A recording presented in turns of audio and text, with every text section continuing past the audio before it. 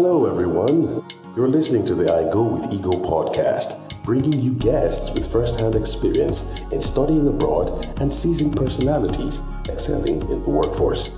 We want you to own your journey and be the best you can be. Now presenting your host, Ego Kelly Ekakite.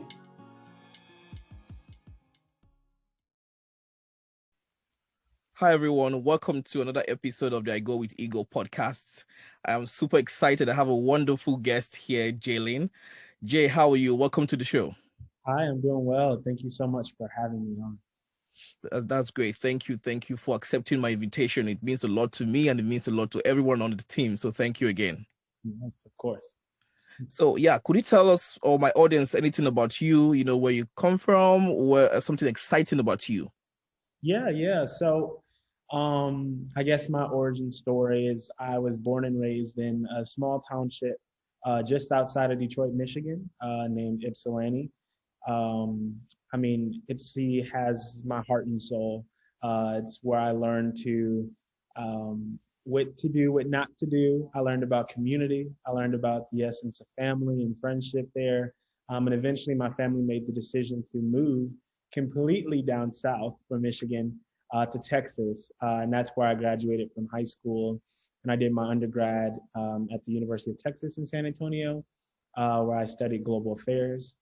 And now I'm currently on the East Coast, where I'm at the University of Pennsylvania, studying international development. So been, here and there, but I'd say my story has been marked a lot by community and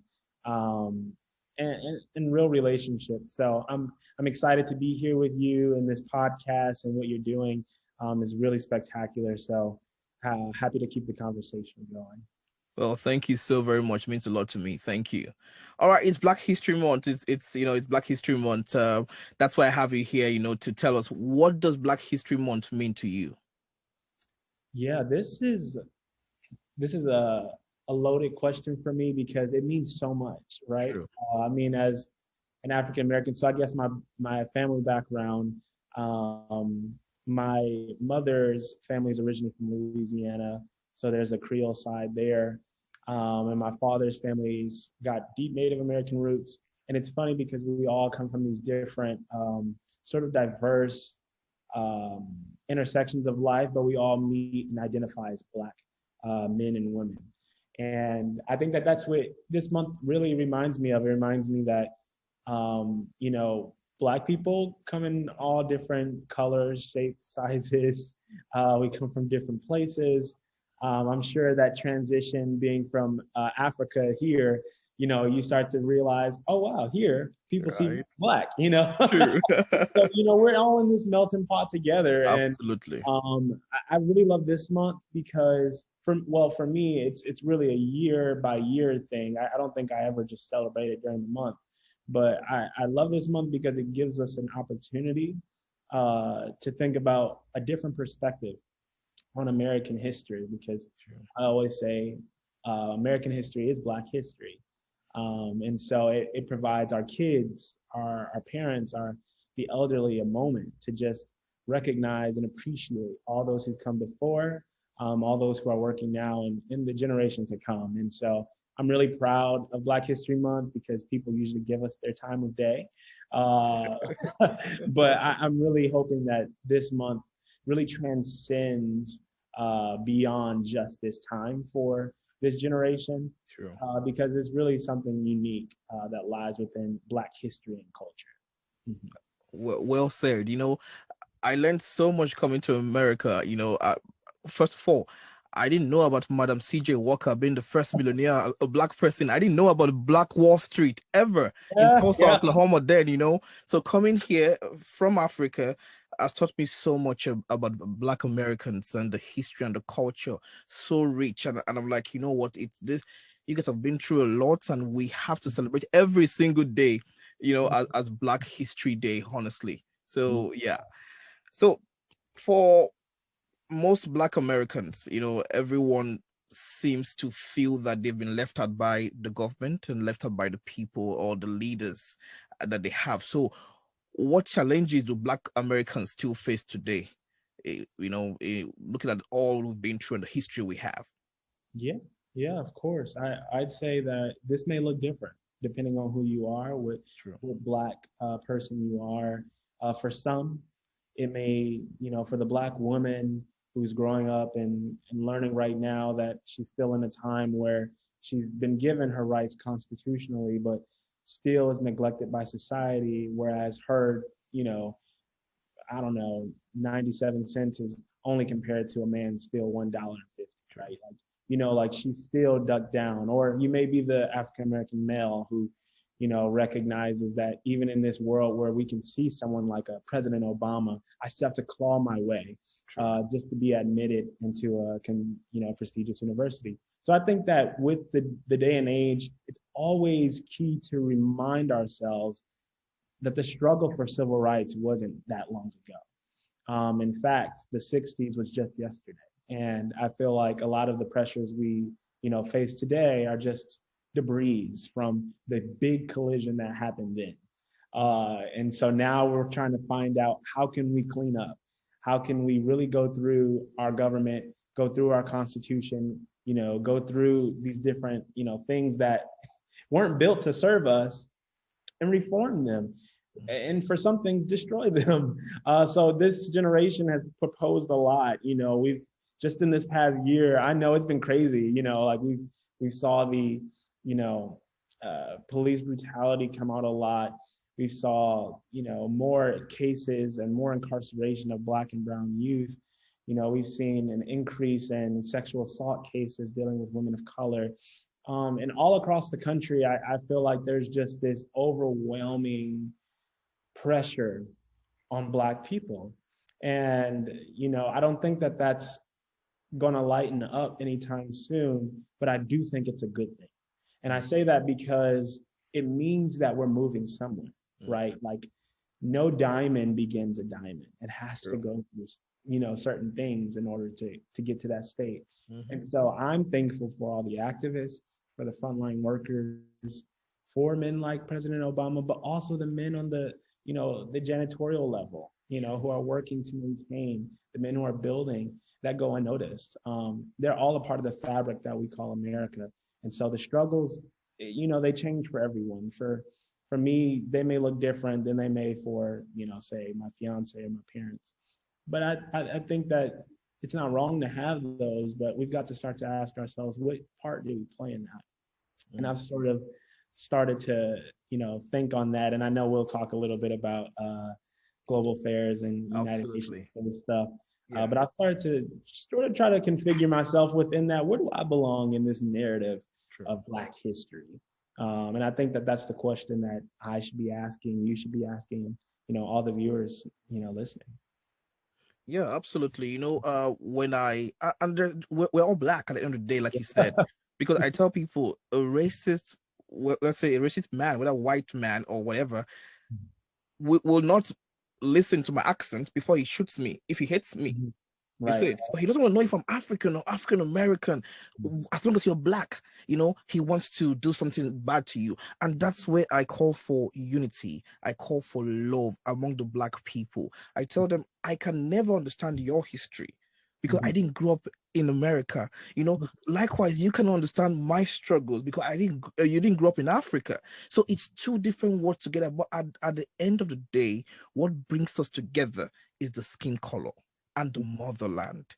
So I'm excited to have you here. Hearing from you and all the experience and the things you've said so far, every Black person ought to be excited to know that, hey, you know what, we're in a new time, we're in a new season, it can only get better. Yeah, that's right. He got better. Looking at Dr. Martin Luther King, he's like one of our gold standards in looking at people that want to be like. He said, when you talk about inclusion and equality, so how can we continue in our own lives to begin to push for more inclusion and more equality? Yeah, and I think Martin Luther King, something unique that I don't think a lot of people recognize, and I have a lot of friends actually from Nigeria, and we have these discussions because the histories are different, right? But I think something people don't recognize is that in his day, Martin Luther King, he had a lower poll rating than, say, Donald Trump, right? Like, I don't think a lot of people recognize that he wasn't liked. His his proposition wasn't one that was favored, right? Like people weren't rallying. What we saw when he gave his "I Have a Dream" speech was a culmination of struggles that led up to that point. But he wasn't the most revered man. And I think when I think about that, I often reflect and I think, I wonder how he must have felt within it, right? Like going through it.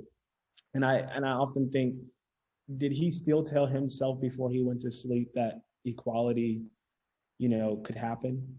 Did he still tell himself that this "I Have a Dream" speech could be a reality? Did he believe the words he preached? And I think that our actions speak louder than our words. And throughout, even to the last moment of his life, he allowed that to lead him. And now we revere those actions decades later. And we see him and we place him on this pedestal, and he's not here to see that, sadly, but, we're here to embrace it. And so when I think about Dr. King, I think about being comfortable with being on the opposite end, of the struggle. Like I think about being siloed and, having, a belief, having a dream. And maybe some people around me don't believe that dream. And maybe some people aren't buying into it at the moment, but still choosing to persevere. That's what I think about when I think of Dr. King. And that's what I believe that young Black men and women should have the heart of, because we're such a collective nature. You know this. We're on social media nowadays, and we can often, live in this bubble of social media and sort of think, man, everybody thinks the way I do. Right. But what we saw in this past election is, no, they don't. There are people who have their own opinions, they have their own thoughts, and you have to be okay with that. You have to learn how to move forward within that. Stick by your guns and continue to move forward, because years from now, there may be a young child learning about you in a history book at a time when no one was on your side. And so I always think about what's the morally just and right thing to do in this situation, and how do I want history to reflect on my record? And that's what guides me, and I believe that that's something good that could guide your viewers as well. Absolutely. Thank you so much. Well, you've heard it from Jay. We're going to short break now. When we come back, we know Jay is served as the 8th Youth Observer to United Nations. When we come back from the short break, he will tell us about his experience with the United Nations and all about UNA USA. We'll be right back. Welcome back from the short break. We still have my very good friend JayLen here. Jay, I know you served as the 8th Youth Observer to United Nations, engaging young people in global affairs all around the country. And how was this experience for you? Yeah, so backtrack actually to my my freshman year of college at UTSA, and I had a meeting with this very tiny fast, she's very quick and super stern lady named Dr. E. And I had just heard about her, right? So her name preceded her. And before I entered her office, I was wondering, what is the hype about this woman? What's going on? What is she about to tell me? So being a freshman, I didn't know what in the world I wanted. So oftentimes I still don't know where I'm headed or where I want. But like I entered her office, and it was sort of like this. There's this movie called The Incredibles, and there's this woman there named Edna, and she just spins around in her chair and she just directs everything. And she sort of resembled that in a way that she's just like, okay, I'm Dr. E, tell me your story. And I began to tell my story to this woman that I had no idea who she was. And she just began to take it all in, writing notes. And then she's like, okay, this is what we're going to do. This is what we're going to do. This is what we're going to do. And before I knew it, my entire college career was planned out.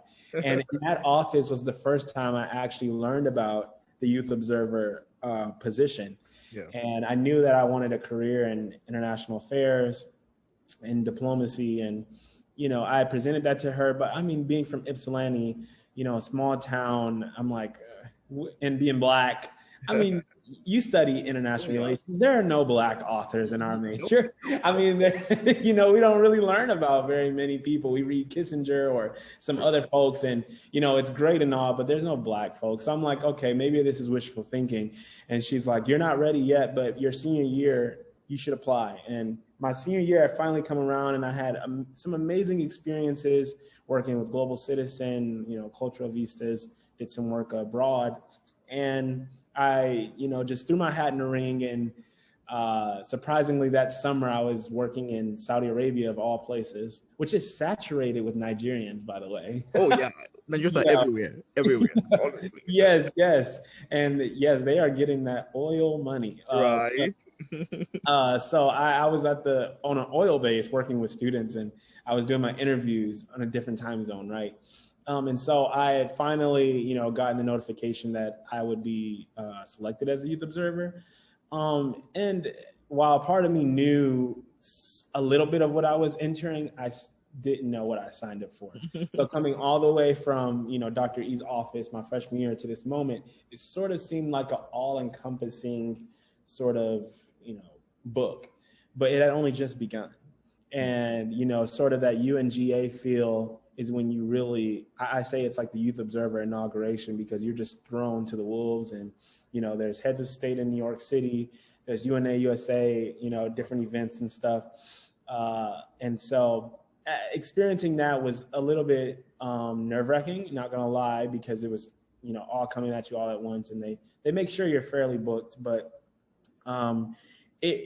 that experience throughout that year, and I started to get used to it. I always say you only get used to the position when it's time to leave. And like by the time I got the hang of it, I was so in love. And these were the highlights of the youth observership. For me, it was meeting the people. So the chapters, meeting students, and the chapter leaders, and just to see how vast the network is. It was really amazing to see all of the Americans, Black, white, Asian, Hispanic, who are all identifying as Americans who want to champion the work of the UN. That was inspiring. Also, second was getting to meet different, dignitaries, diplomats, and heads of state.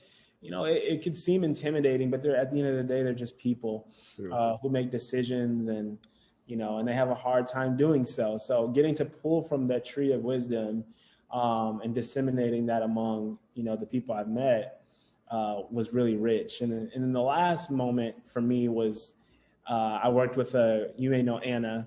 Yeah. And so she's actually, when she first called me, her area code was 734. And I was like, that's Ypsilanti, Michigan. Anna and I are from the same place. Right. So that small township. And we just clicked from there. And I said, Anna, what if I did a homecoming tour? What if I went back? Because, a lot of the kids where I'm from don't know about the UN. True. And that, getting to host that with my old middle school and elementary school was just so rich, man. Like that was awesome. So all together, all of that to say, it was a rich experience. It was definitely something that transformed my life, and it's really guided me in the direction of where I eventually hope to go one day. Yeah. Well, as a member of the UNA USA, I've always admired your works, all through your time. And seeing you go back home and visit those chapters, it was exciting for me. For us, it gave me hope that, we have people there doing great things. And that's what attracted me to you in the first place and all that. So great job. Thank you. Thank you. Oh, so much, man. Thank you. All right. So Americans, why should young people, support the works of the UN? Because of course the UN, most people don't know what the UN is. Honestly, let's be serious. Yeah. Some people don't know what the UN is. I like, what's the UN? Oh, what's that? It's the United Nations. Okay, what do you do there? So why should young Americans support the UN and join UNA USA? Yeah. So I think that the purpose of the UN still stands, right? It was created after the Second World War to ensure that, peace and stability will remain throughout the international order. And for some time, it did a great job of doing that. And still today it exists as the forum where most of the world's countries, not all, but most of the world's countries can come together um, and speak their piece rightfully. And I think that there's no other forum like that. I had an experience when I was in Brooklyn, and there was a group of students from an activist group, and they were asking me very critical questions. One thing as youth observer is everybody's trying to get under your skin at some point in time. And, you know, they were asking me some very tough questions about the United Nations, how they believed that it was inherently corrupt, that, you know, that the system isn't working, nor will it ever work. You have a Security Council who can't ever decide on things. You have 5 nations who just seem to always be at odds. And it's, you know, hearing that come from her, I totally respected the perspective, right? Like, as leaders, we have to learn to accept that there are other perspectives in the world. And so I took it as it is. And I then returned my perspective. And I'll tell you what that was. I said, you know, I asked her simply, I said, well, if there is no UN, how do our countries communicate? How do they talk to one another? And we talked a little bit about, you know, bipartisan diplomatic treaties, you know, different sort of conferences like COP or like the Paris Agreement, these different sort of ordeals. And then I asked her the question, so you'd rather it be just a few countries together than all of them? She says, no, that's not what I mean. I just mean that it needs to be a more effective system. And so I say, okay, I remember the United Nations replaced the League of Nations. So what would be a better system than the United Nations? And, you know, she's found herself stumped at these questions. And my purpose wasn't to try to persuade her, but it was to get her to understand the essence of the UN. And it is not to solve the world's problems. Nope. It's to only bring the world together, right? Like, that is a forum for the world to decide what they do. In fact, you know, the United Nations is only as powerful as the member states make it, right? Sure. Countries have to pay its dues in order for the lights to continue running at the UN. They have to participate in order for the Security Council to happen. So really, it's just a participatory organization. So really, the establishment itself has no authority, no rule, no power outside of the countries that make it, Absolutely. Right? So then I told her, our best interest is to tell our government to continue in this forum.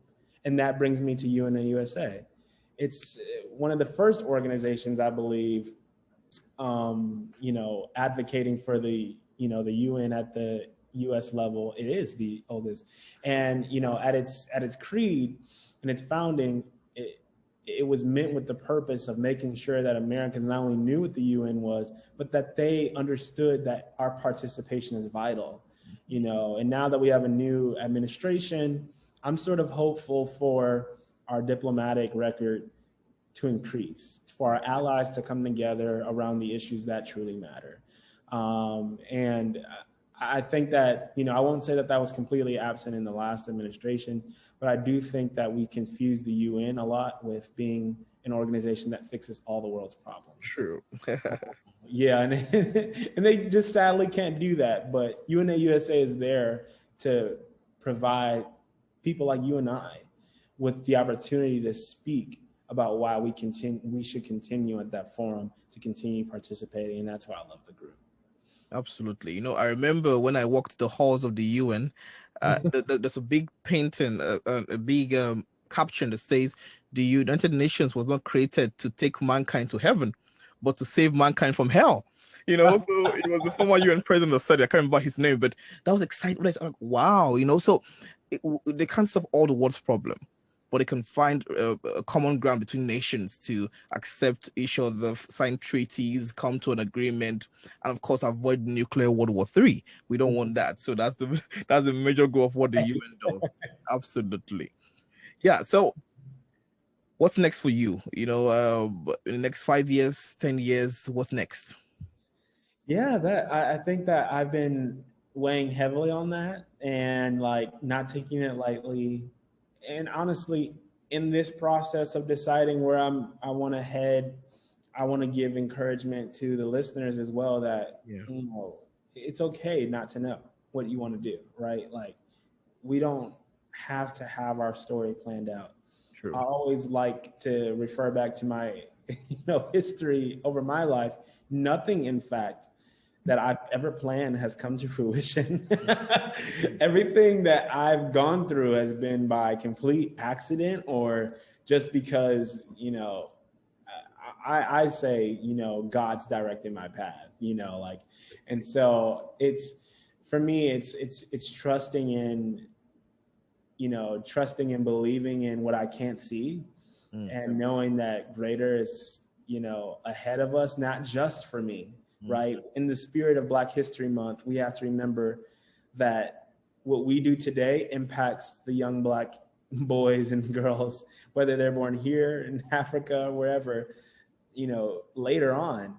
And so I've got to think about them too, so of course I'm thinking about how do I sustain life, like what pays, right?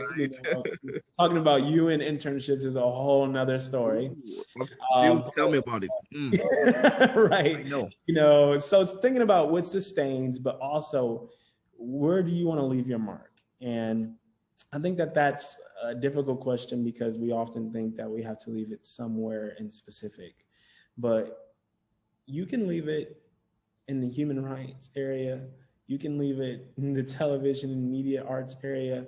Who says that we have to be siloed and, be complete monoliths? Like, we can do multiple things as long as, the late Chadwick Boseman said in a speech, he's like, it's better that you find a purpose than a career. And for me, that's what I'm trying to find every day. And it's building itself out. So hopefully 5 years or 10 years from now, I'll have a definite answer for you. Nice. Well, if there's anyone rooting for you, I am rooting for you. I know you're going to do great things. I can't wait. I can't wait. Absolutely. All right. Before I let you go, because I know it's been a while, I know you're a gifted singer. And you are a fine player of the keyboard, and you know how to sing that the heavens can come down. Let's just say that. Do you want to do a freestyle for us tonight? Today, that's a freestyle. Let's see. Oh man, I don't know. What's your favorite song? I'll let's see. I don't know. I'm not really good with let's say "Lean on Me." Okay. Okay. Lean on me when you're not strong, and I'll be your friend.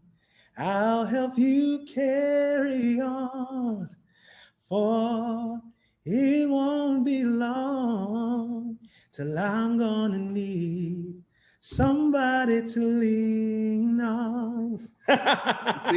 You see what I said? Absolutely. Thank you. That was wonderful, Jay. Thank you so much.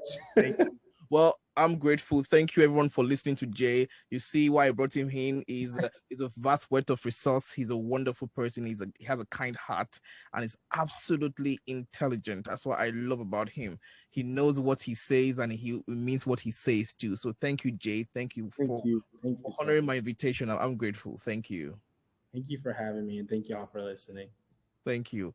Well, please don't forget to follow us on all social media at I Go With Ego, and please share this podcast with family and friends, and please stay safe out there. There's still COVID. Wear your mask, social distance, and try and be the best you can be.